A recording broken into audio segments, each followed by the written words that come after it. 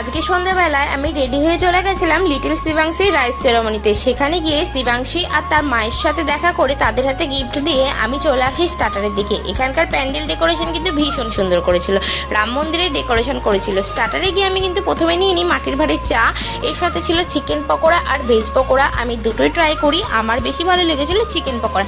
এরপর কিন্তু ছিল পাপড়ি চাট, পাপড়ি চাটটাও আমি ট্রাই করে নিয়েছিলাম, সেটা আমার বেশ ভালো লেগেছিলো। এর সাথে কিন্তু ছিল ফুচকা, রাবড়ি, এগুলোও ছিল। আর এখানে একজন অ্যাক্ট্রেস এসেছিল, তোমরা এনাকে সবাই চেনো, বিশ্বনাথ বসু, উনি এখানে গান গাইছিলেন। আর চলো তোমাদের এবার মেন কোর্সটা দেখে দিই। মেন কোর্স এখানে ছিল ডেভিল কাসুন্দি, সাথে ছিল চানা মেটে আর ছিল কুলচা। এটা কিন্তু বেশ ভালো লাগছিল খেতে। এরপর আমাদের দিয়েছিল ফ্রাইড রাইস আর চিলি চিকেন। তারপর দিয়ে দিয়েছিল আমাদের ভাত, ভেজ ডাল, ছিল পাঁচ তরকারি বড়ি দিয়ে। এরপর আমাদের দিয়ে দেয় খাসি মাংস আর সাদা ভাত, এটা তো কোনো কথাই হবে না। তারপর দিয়ে দিয়েছিল আমাদের পাঁপড় আর চাটনি। এরপর একটা সন্দেশ, মালাই কুলফি, সাথে ছিল একটা করে পান।